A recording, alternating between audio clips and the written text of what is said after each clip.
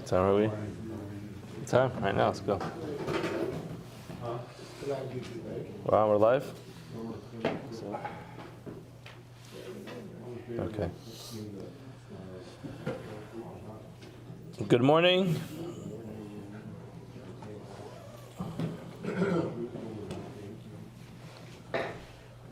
We begin today's daf Tes Zayin, Maseches Bava Metzia. We begin by thanking all of our sponsors. We thank all of our Talmud Torah sponsors for the month of Adar Sheni. We thank the Schwartzbaum family for dedicating and for sponsoring all the shiurim of this month in memory of Aaron J. Schwartzbaum, Aaron, Yosef, and Meir. May his neshama have an aliyah. We also thank Leah Sol for sponsoring and dedicating all of the shiurim of this month in the schus of her daughter Alana Bas Esther's successful surgery and a complete refuah shlema for a safe return of all of our hostages. We also thank Maya Hoffman for dedicating and sponsoring all the shiurim of this month in memory of her father, Reuven ben Emmanuel, the merit of Hatzlacha and health and joy of all of her family, Shulamit, Avram, Mariasha Tzivia, Barak Rafael, and Dora. We also thank Yoel and Sarah Kelman for sponsoring all the shiurim and dedicating all the shiurim of this month in honor of the birth of their son and in memory of Staff Sergeant David Sassunashem Kemdamai, who was only 21 years old and was killed fighting in Gaza on March 6, 2024. The merit of all of our Talmud Torah, all the neshama should have an aliyah, all the cholim should have refuah, and all those needy Yeshua should have a Yeshua. Today's daf is daf Tes Zayin, and we are picking up at the two dots, somewhere around a little bit more than 10 lines down on daf Tes Zayin. So just a quick reminder of what we were talking about yesterday, because today's Gemara is directly linked to that. We are discussing a case where a gazlan, a thief, sold a field to somebody else, and then subsequently goes and he buys the field from its rightful owner. And then the Gemara spent time yesterday trying to kind of like psychoanalyze this guy. Like, why did he buy it? What was up with that? Why did the guy buy it? He stole the field originally, and he sold the field. So it seems like, from this guy's perspective, he's done. He's got the best of both worlds. He didn't have to pay for the field when he originally got it, and he made money off of it. So what's going through his mind now when he goes ahead and he buys the field? So yesterday we went through this Gemara fairly quickly because it was the end of the shir. But just to quickly remind ourselves, the Gemara told us that when the thief sells the field to the subsequent buyer, he sells it in kol sechus shetava liyado. He's selling the schus, he's selling the field not only with the rights, or lack thereof, that he has to the field today, but he's selling every right he eventually may acquire with regard to this field. And therefore, when he goes ahead and subsequently buys it from the person that he stole it from, then he's buying it to transfer those rights to the person who bought it from him. Now the Gemara wants to know, why would he do this? What's his motivation to do this? The Gemara asked why would he do that? And the Gemara gave two possible explanations. Both of them are very similar. One of them is he doesn't want to be called a thief. Although he is a thief, and although he probably has to acknowledge that he's a thief, it's very painful to have to be called a thief and to be publicly called a thief. So therefore, despite the fact that, as we mentioned before, he got what he wanted, he got the money for the field, again, he doesn't want to be called a thief. It's very embarrassing to be called a thief. The other one was that he doesn't want to ruin his reputation. He doesn't want his name to be dragged through the mud. So when it comes out that the field is determined to be stolen, and then everyone knows about it, it's very embarrassing. Actually, I'll just share a quick anecdote. A number of years ago, when I bought my first used car. So I went to one of these wonderful people. Everyone knows used car salesmen have the best name out there. But either way, I bought a car from this guy, and one morning I was actually in shul, in the middle of davening, and a guy comes in and says, "Anybody own a blue Toyota Camry?" So now in Lakewood, New Jersey, where I was at that point in time, everyone got up out of their seat, because who doesn't have a blue Toyota Camry? But it turns out it was mine. And I went outside, still wearing my Talisman's felon, and there were a bunch of cops around my car. And it turns out my car was being taken away. because my car was stolen. And they said to me, sir, we'll take your car, we're going to bring it back to the proper owner. The car belongs to somebody in Florida. This car's been stolen from Florida. Now, the truth of the matter is that it was my car. I bought it. I had the receipt. I paid for the car. And the problem really was that the car was repossessed by Toyota and then sold off to some used car dealer who sold it to me. But somewhere in the paperwork, while Toyota had repossessed it, the Department of Motor Vehicles never acknowledged that the vehicle was taken back by Toyota, and it was, and the VIN number still tracked back to the original person who reported it stolen the morning that the repo guy came and took it. Now, why am I mentioning this story? Because I remember at the time I bought it from a Jewish car salesman, and it said on the back of the car, they put like their logo on the back of the car. And I remember he called me and he said to me, what is going on? Why am I getting 100 phone calls that I'm selling stolen cars? So I told him, well, actually, you did. Well, because at that point in time, my car was impounded. My car was gone, but you see that the guy happens to be an honest guy. But ultimately, the shame of being called a ganav, when all this, everyone finds out, there's this scene, people come, they take away the field. The ganav stole the field, and he made money off the field. But to have people call him a ganav is something he just doesn't want to have to deal with. So therefore, at a certain point, he says, you know what? I made money off the field. It's true that I stole it, but to avoid the public shaming, number one, of my reputation, number two, to be called a gazlan is just very unpleasant, and therefore he wanted to buy it back. That was yesterday's Gemara. The Gemara gave a couple differences between these two different opinions, but that's ultimately. Did you get the car back? I got the car back. Yes, I got the car back. Yeah, I had to pay the impound fee until I got it back, but I was able to get it back a couple days later. I guess one more anecdote while we're on the topic. When I was in Eretz Yisrael as a bacher, we lived in this bachram dira, this apartment, and we had just extremely expensive water bills. We just couldn't figure out why are our water bills so expensive. 6 or 7 guys living in an apartment. Okay, we took showers, but that expensive until we discovered that our next door neighbor didn't have a legal apartment. What better idea than to just connect your water source to your next door neighbor? Perfect. Made a lot of sense. And we watched how they outside there's just one of these homemade pipes that just connected straight to our water line. So one day, we just turned, on the way out, we all left, we turned off the water. There's a little knob outside, we turned off the water, and we get a phone call from the owner, the landlord of the next door. What are you doing? Why are you turning off the water? My tenant in the apartment couldn't do laundry, they couldn't cook. Well, we said, well, it's our water. Anyway, he felt that he has the rights to the water. I remember at the point in time, he was literally stealing our water, and we had to pay for it for months. At a point in time, I think it was me actually, one of us said to him, you're a ganav. You're taking our water and we have to pay for it. At that moment, he lost it, absolutely lost it. You call me a ganav? You know who I am, a ganav? Well, actually, yes. That's what you're doing. You're taking the water, you're not paying for it, and he had no plans to pay for it. But again, the idea, even though he was a ganav, you call him a ganav. When someone hears he's called a ganav, it's such a heavy term to use. I'm a thief? Really? There's all types of things that people sometimes would do. What's the big deal? It's a little bit of water. I'm just taking it. These guys are a bunch of American bachram anyway. What do they care? A couple extra $100 in some water. They can handle it. They're not going to go broke off of that. And the moment you realize, hey, I'm a ganav. So that's when the person says, let's try to make this right. That's what the Gemara was talking about. The guy is a ganav. He stole the field. And he sold the field afterwards. But ultimately, he doesn't want to be called a ganav. Now, in today's Gemara, the Gemara is going to continue that discussion. But it's going to be interesting. The Gemara seems to start off, and we'll see this in a minute, really just going with the other reason about his reputation. That he seems to be worried about his reputation. So we're going to start today with Pshita. Zavna orta v'yava b'matana.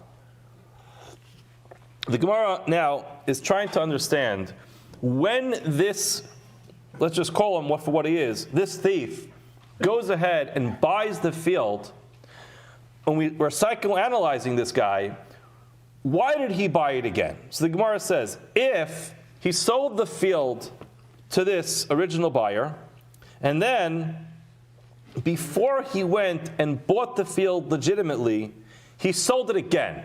So this guy's out of his mind. He buys it, he steals it, sells it. Now remember, that sale, we're going to discuss later, is really not a sale. He's selling the Brooklyn Bridge. He doesn't own it. But again, the Gemara says it's obvious. Pshita Zavna, he sold it again. Orta, or he inherited it to his children. V'yava b'matana, or he gave it as a gift to somebody else. And then afterwards, he goes ahead and buys it. The Gemara says, Lav la'ukmi kama lokeach kabay. His motivation is not like this. The original buyer can be able to legitimately own it.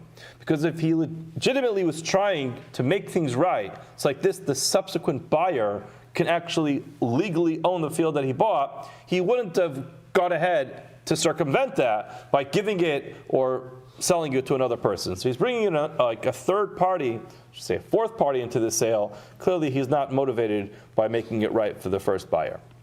The Gemara says, Nafale b'Yerusha, then what happens if the guy who stole the field, he stole it from a relative that he was slated to inherit? So he stole it, let's just say he stole the field from his father. Unfortunately, those kinds of things can happen. His father may have been getting old. His father couldn't really take care of his stuff anymore, so he just took his father's field. He took it without paying for it. Now he sold it, and then his father passed away.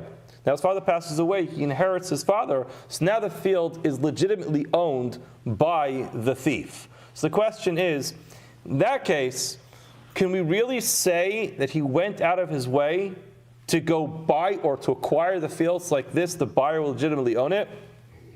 The Gemara says, Nafle b'Yerusha, well, Yerusha memelehi, v'lav iu katarach habasra. So therefore, there's no reason to say that now that he owns it legitimately, he has any intention to actually pass it on to the lokech, like this, the buyer will legitimately own it. However, gavi iu b'chovo, if he collected that field as payment for a loan that he's owed, then the Gemara says it depends. Chazina, we have to analyze this. I isli arach riti v'amar haiba'ina, then l'ukma kami lokeach kabay.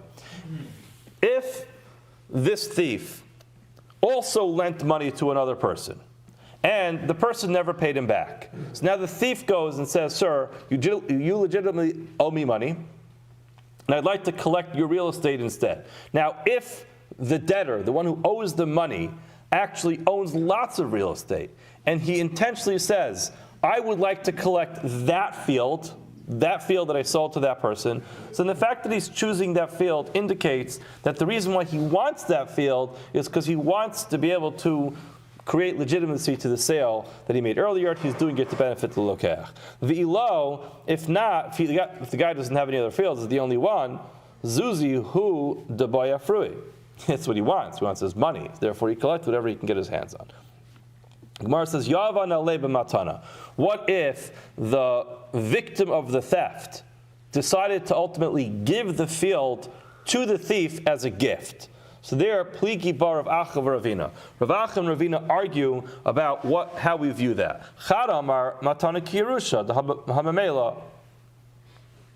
One of them says, just like when it comes to inheritance, he had nothing to do with it. He didn't go out of his way to try to substantiate his legal ownership over this field. So like this, the buyer could actually legitimately own the field. It happened by itself. So matana is the same thing. A person decides to give you a gift. You've done nothing to actually earn that gift. It was just given to you. But Chadam, or the other one, says it's not true. Matana kemecher. Matana is much more similar to actually going out of your way to buy it. Di'ilav de tarach v'artzi kamei lo haviyavle matana. Nobody gets a free gift. You have to have done something to indicate that this is what you want. You have to actually earn the gift somehow. Doesn't mean you bought it, doesn't mean you paid for it, but people don't just show up in people's house and say, oh, by the way, I want to let you know, I bought you a house. That's just not how it works. If someone's going to give you a gift of real estate, there must have been something that you've done Number one, to deserve it, and number two, to indicate that that's what you want. So it's much more similar to a mekach, where the person went ahead and bought it.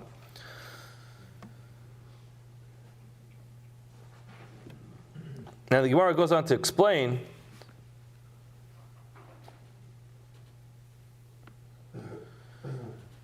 Yevachad Amar Matana Kamecher Di'ilav Detarach Vartzi Kamei Lo Haviyav Le Matana Lahachi. Therefore Tarach Vartzi Kamei. That's why he went out of his way to appease him. It's Ki Hechi Deleikum Behemenusei. The Gemara seems to go with that reason. The Gemara seems to say the reason why he went out of his way to try to convince this person to give him this field as a gift is because he wanted to be able to protect his reputation. Amar Rav Huna. Rav Huna says,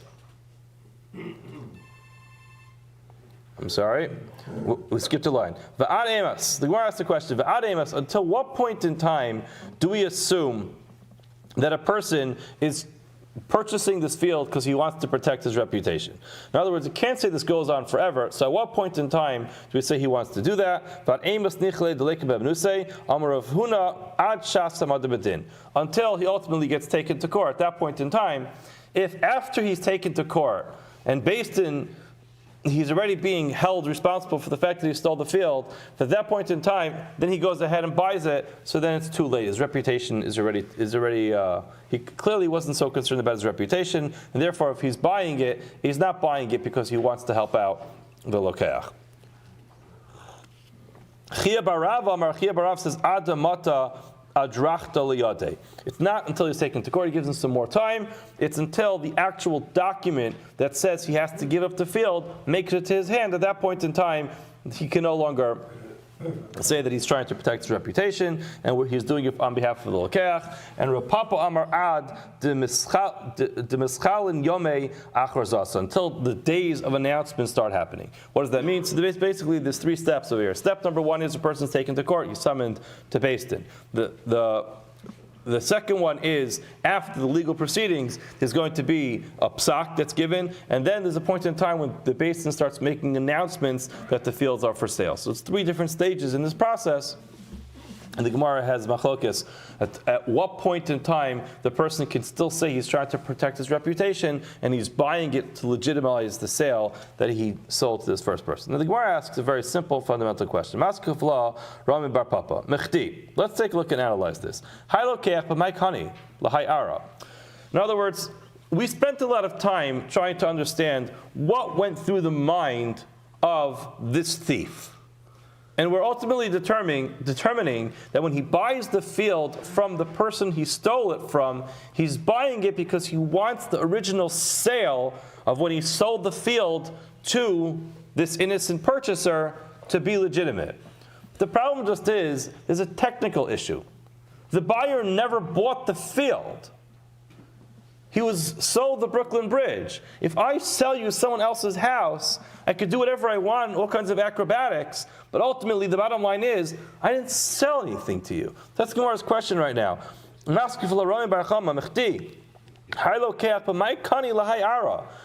does he actually acquire this field? With that original contract that he signed to buy that field? This shtar is a chaspa, it's a piece of broken pottery. In other words, it's a piece of garbage. He bought something, he has a shtar that says he bought a field from someone who doesn't own the field. So very nice, later he wanted to buy it, but at the end of the day there was no kinyan, nothing happened. And when he tried to make a kinyan, the whole thing was just a clown show, because the guy was selling someone else's field. So very nice, he tries to substantiate it, but the bottom line is, he never sold the field. Rava responded and said, Tehei b'mamino. This works with an element of trust. In other words, he says, B'hahu hana, with that pleasure, Delo ka'amar le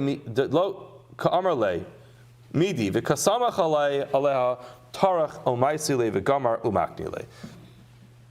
The Gemara says, this thief, again, he has dignity. And he appreciates the fact that this buyer trusted him. The way that Tosfos says this is, it's as if he said to him, in other words, you rely on me, you trust me, I appreciate that I have your trust. That trust that he gave him at the time that he actually signed this really useless contract, that is the item of value that he gave him that allows him to actually buy the field. That pleasure that he has, that this guy trusts me, doesn't call me a thief, he relies on me, that I will ultimately do everything I can to be able to legitimately bring this field to his ownership, that's enough. Now, it's as if he said to him, when I actually really buy it, or she said, when I'm going to buy it, that's when it's going to ultimately be yours. The problem just with this is, and I don't want to spend too much time on this, but Tosfos seems to take the approach at the beginning of this sugya that when the guy bought it, he didn't know it was stolen. If he knew it was stolen, it's a whole other set of problems. So I don't know how consistent it is, but ultimately, whether or not the buyer actually had that in mind, still the seller, this thief, still received that pleasure that this guy's relying on me, he trusts me, and the fact that he's trusting on me is enough, he's trusting me, that's enough for him to actually be given an item of value at the time of the sale. The Gemara says, okay, very nice, so that's how it works. He gives him pleasure at the time of the sale, and ultimately later, when he really buys it and really owns it, then he's going to be able to get it. So the Gemara says, Masav Rav Sheshis. Rav Sheshis asks the following question. What happens if a person says, Ma she'irish mi abba machor lecha? What I will ultimately inherit from my father will be sold to you. Or Ma she'tala mitzudasi. What my trap will eventually catch, person puts traps down into the sea, and he hopes that his traps bring up a lot of fish. What my traps will eventually catch, machor lecha is sold to you. Gemara says, Lo amar klum. It's nothing, because nothing going on there. However, what I will inherit from my father today, in other words, the person says, I have a reality check, my father's life is coming to an end, and he knows that his father is going to be dying that day. So at the end of his life, he's a goses. So what I'm going to get from my father today, machar lach, I'm selling to you. Or, mashatal mutzudasi hayom, what my trap is going to pick up today, machar lach is sold to you, dvar of kayamin. His words actually are going to work and the sale takes place. The Gemara is going to explain the difference between these two cases later. So now the problem is, you see from the first half of this, that even though I know something will eventually come, if it's not here today, I can't sell it. We're going to see the discussion of a person sells something shalom bala olam, davar shalom bala olam. You sell something which is not here. The sale doesn't work. So how is it that I could say that the field is sold to this innocent buyer over here because later I'm going to acquire it? Amar Rabbi Bar Chama, hi Gavra. He says, wow, Rav Sheshis, this is really a Gavra. He's a very special person. V'hat tiyufta. This is a real, legitimate refutation of what we were saying. In other words, it can't possibly be that he's selling him something that he doesn't yet own. It won't work. Amar Rava responded, and he said, Gavra kachazina. I see a very special person in Rav Sheshis. He actually asked a very good question. However, v'tiyufta lo kachazina. There's no refutation over here. And he explains, hacha sam chadaite. In our case of selling the field, he relied on him. He trusted him. V'hacha, in the case of selling something that you'll eventually come to own, lo sam chadaiti. He doesn't rely on him. Which, without getting too deep into the sugya of davar shlo bala olam, this Gemara happens to be a big source that the problem of selling something which doesn't yet exist is whether or not I rely on the fact that the thing's going to come into existence. That's how the Gemara seems to differentiate between these two cases, is do I rely on the fact that it will ultimately come?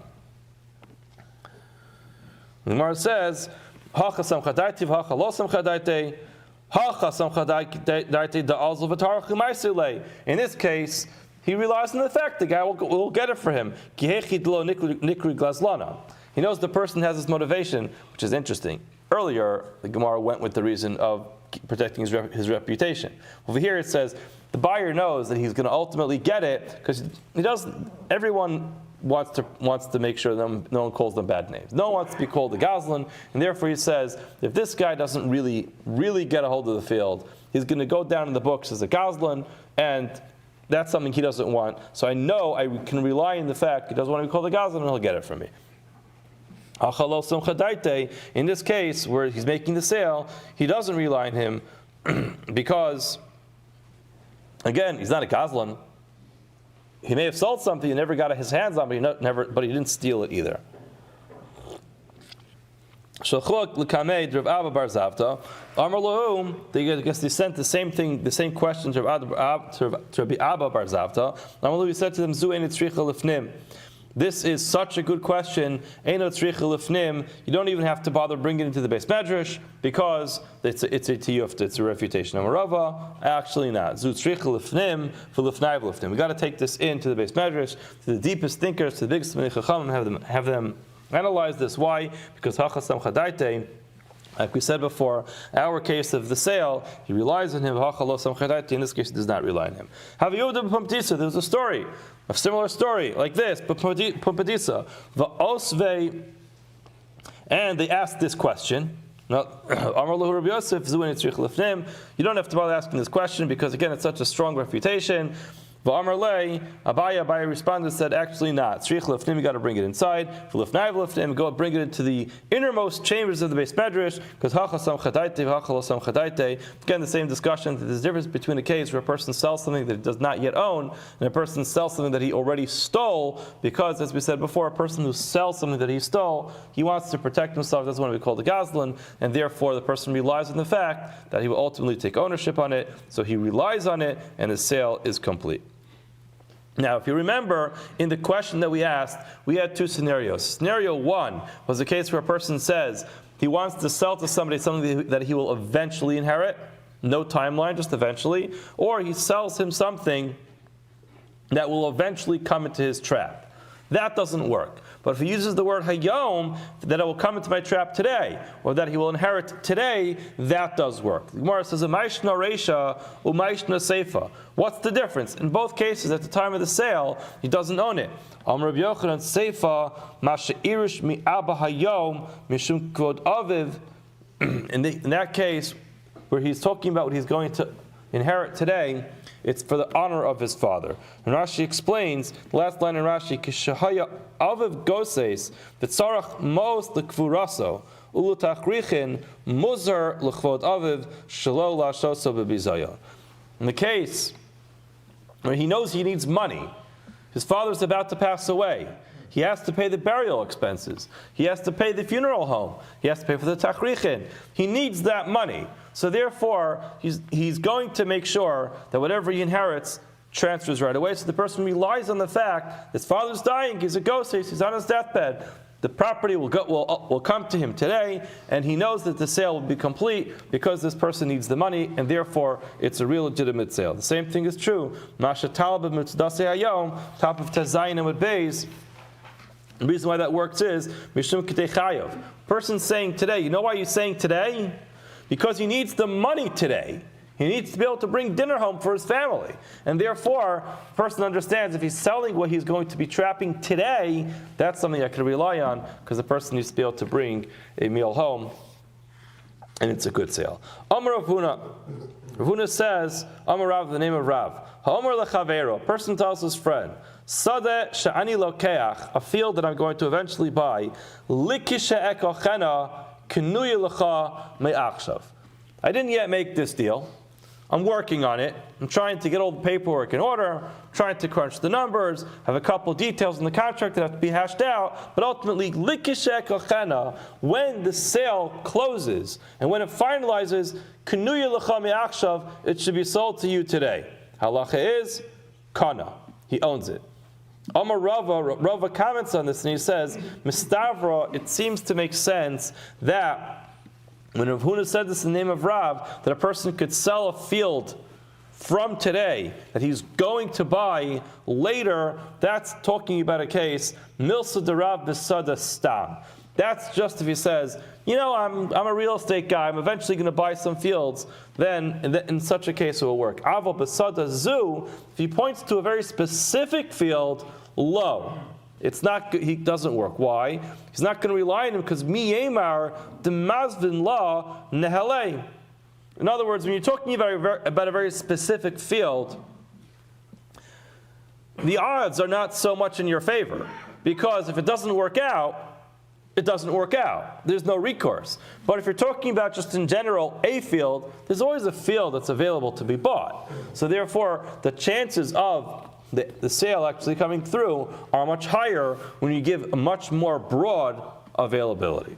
V'halokim, which is a very strong lashon of a shavua, of confidence, that Amar Rav said this afil b'sad zu, even when it comes to a very specific field. And again, the stakes are high and the chances of not working out because there's no other field to work on. But again, he even meant when he was talking about a specific field. Because Mechti, why is Rav saying this? Let's analyze, why is it that Rav allows a person to sell a field that he doesn't yet own? Because Rav Kaman Amra L'Shmaite Kreb Meir. Rav was saying his memra, his statement was in accordance with the opinion of Rabbi Meir.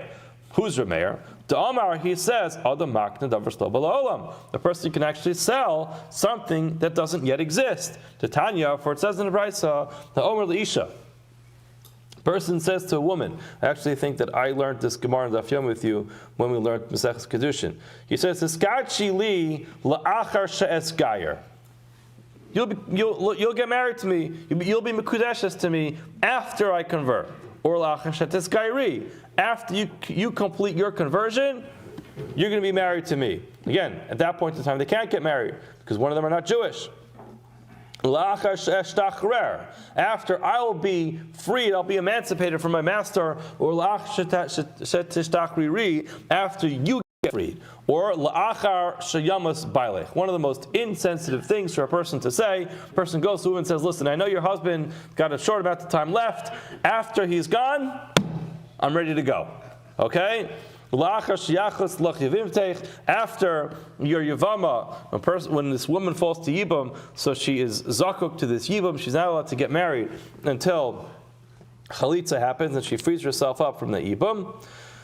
So he says, after your sister dies. This is even worse. What's this talking about? It's talking about where a guy is married to a woman and his wife is not well. So he goes over to his sister-in-law, which actually this is the only case of Aryeh where the pasuk says b'chayeha. The isser to marry your sister-in-law is only while his wife is still alive. Once his wife passes, he's allowed to marry his sister-in-law.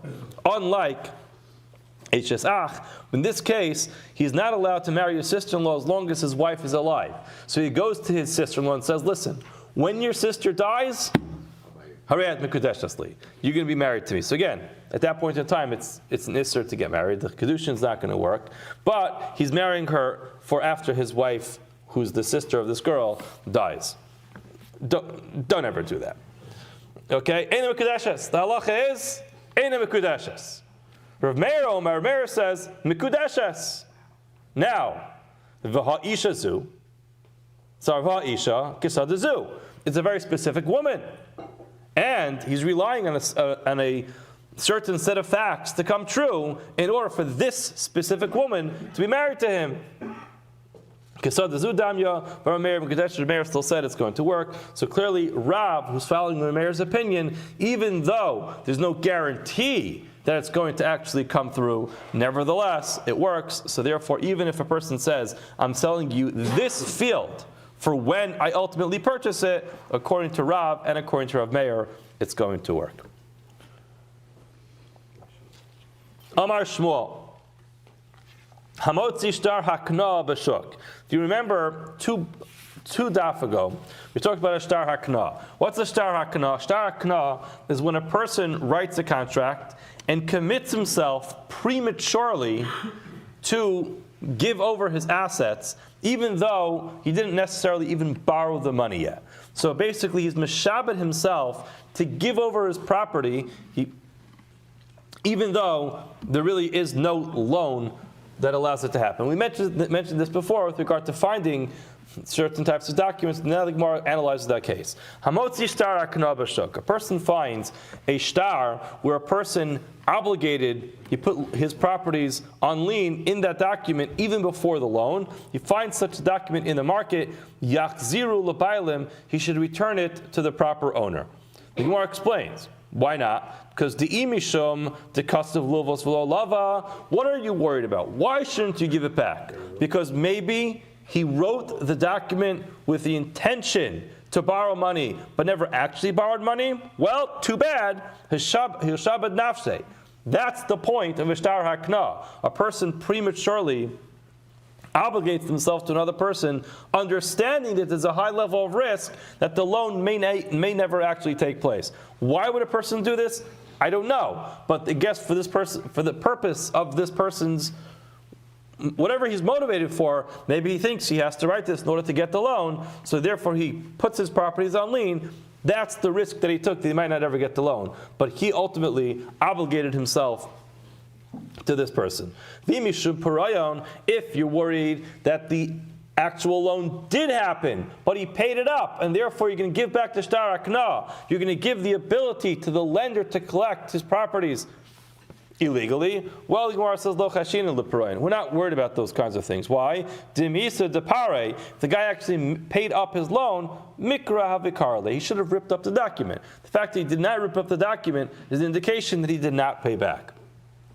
Amar Rav Nachman says, Abba, my father, min safri dayane demar Shmuel havi. My father was one of the scribes who wrote the documents, wrote the contracts for the Beis Din of Shmuel. V'havi kvar shita kvar sheva. I was about 6 or 7 years old. V'dacharna, and I remember to have machrizi v'amar. They would make announcements that they would say, Hani shtari akneyasa. I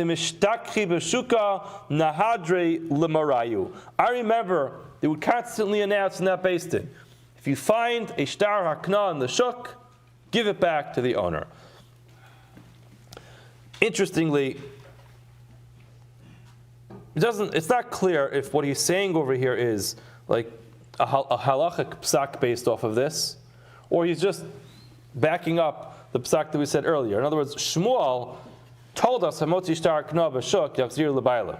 Now, clearly, we're talking about Shmuel's Beis Din, so we don't really need his testimony that that's what happened, because we have this line quoted from Shmuel. But he's saying he was 6 or 7. He's a katan, he's a child at that point in time. So it's hard to believe that his testimony would be accepted later to validate it, although 6 or 7 years old is an age where a child can start to comprehend what's going on. But again, it seems like he's just ultimately saying, yes, I actually remember this. My father worked in that Beis Din. I would come with my father to work. Every time it was bring your kids to work day. And I remember they'd have this announcement that would go out all the time. And they would say, when it comes to the shtar hakna, you find it, give it back to the owner. Amr of Amram. Rambam says, Afana namitnina. We learned this in a Mishnah as well. What does it say? It says, Kol ma'isa Beis Din. Any action, any real, legitimate, sanctioned document from Beis Din, harezeh yachzir, should be returned. Al maloch hashin l'pirayin. We see we're not worried about things being paid off. Amar le'Reb Zera. That's not true. You don't have a raya from there, because Masnisin, that Mishnah that you mentioned, was Bishtari Chaltasa Va'adrachta, the Lav B'nei Pirayinenu. That line that you're quoting, that it says a Maisa Beis Din should be returned, is not talking about a case where it's a document that is dealing with payment. What it's talking about is a document that was used to substantiate a property transfer. The Rashi says, "B'shtar chaltasa." It's shtar shekasvu Beis Din lemotzi shtar al chavero. The person took out a document on his friend. V'chayvu l'shalem v'lo shile. He was obligated to pay but didn't. V'yardu l'nechasav. They ultimately went to his property. V'shamu lebal chov echad mehem v'nasnu lo shtar sh'al pi Beis Din balo. This is talking about a case where a person owes money. He did not pay it back. The case went to Beis Din, and Beis Din said, you know what? We're going to write a document saying we're evaluating the person's property, and that's the property that you could ultimately collect from. And what's the drachta? A drachta is the document that actually affirms that transfer. Now, those documents are not documents that are used to extract money from somebody. Why? Because those documents are used just to ultimately affirm that a transfer took place. Amarava, is that really true? Fahani lav b'nei parayinenu. Are those documents not documents that can be used for payment? V'ha'amri Nardai taught us shuma hadar, that if Beis Din evaluates someone's field, and the person ultimately wants to pay money instead of it, he could reverse that evaluation. Ad tracer yarchishata, up until a year. So again, let's just analyze a case. Ruvain borrows money from Shimon and he can't pay it up. So Shimon says, listen, Reuven, I need the money. If you're not going to pay me up, we'll go to Beis Din. They go to Beis Din. Reuven says, I can't pay. So Beis Din evaluates Reuven's fields and says, here, we're going to sign this document that this field now goes to Shimon. He has to pay up with his real estate. Now, the halacha is, up until 12 months, he could reverse that. He could buy it back. So you see clearly that that document does have some type of monetary collecting power.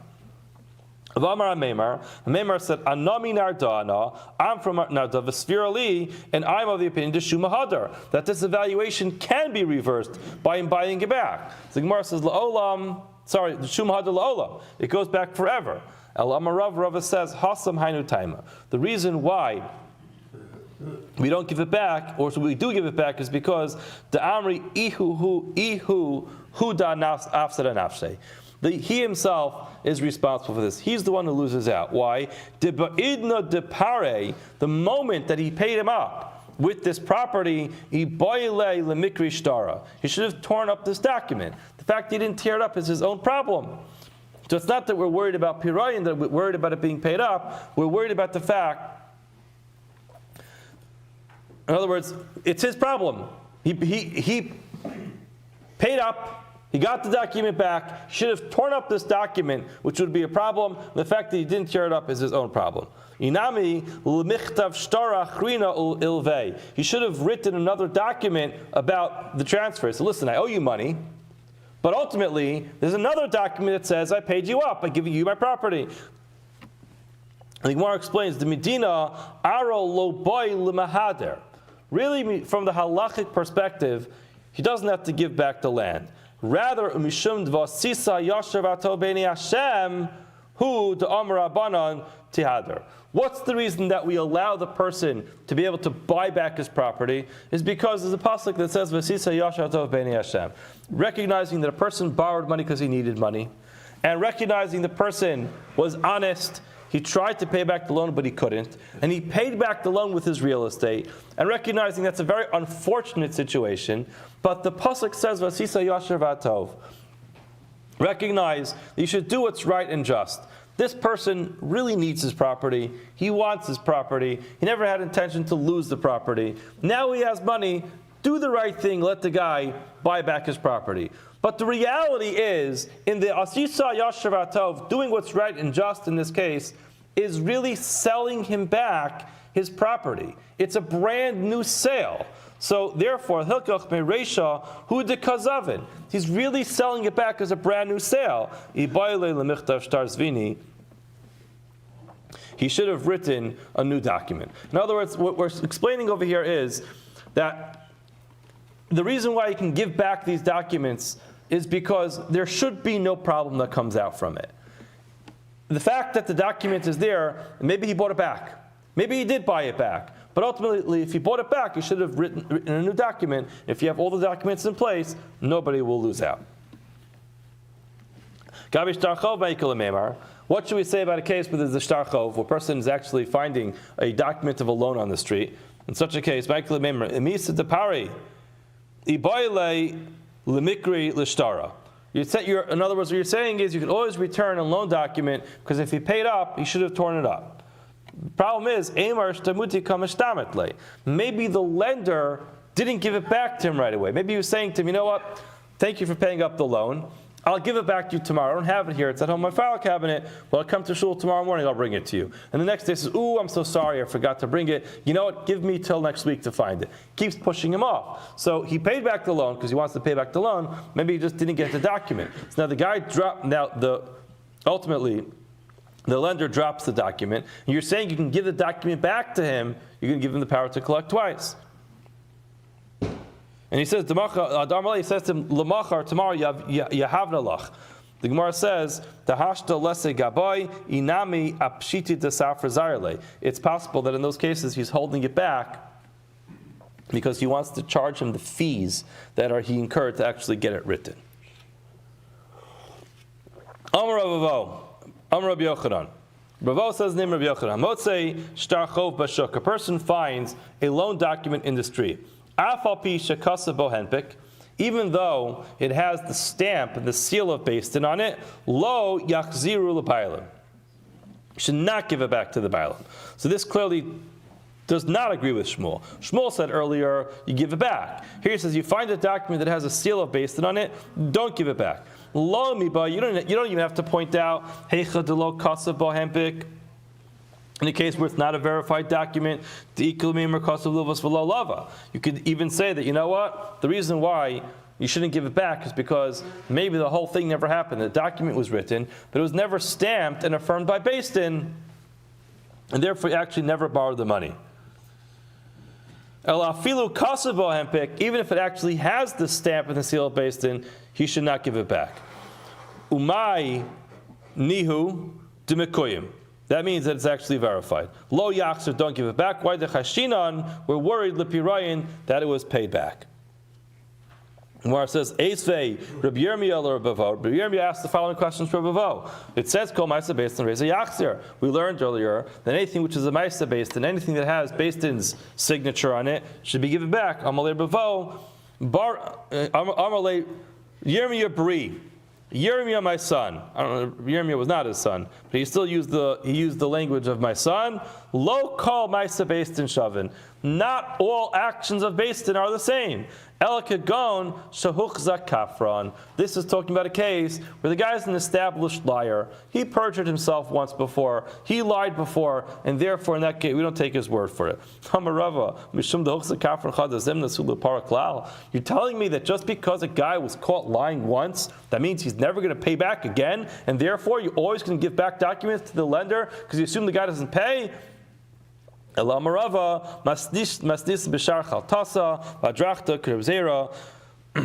again, our mission is not talking about a loan document. In that case, not talking about a loan document. It's talking about a case where it was a Beis Din document affirming something happened. We'll stop here, and Amir Hashem tomorrow. I think Kamal Akiva giving share tomorrow. Kamal Akiva will take you through this very interesting Gemara tomorrow. I'll see everybody Mitzvah Hashem on Sunday. Have a good Shabbos.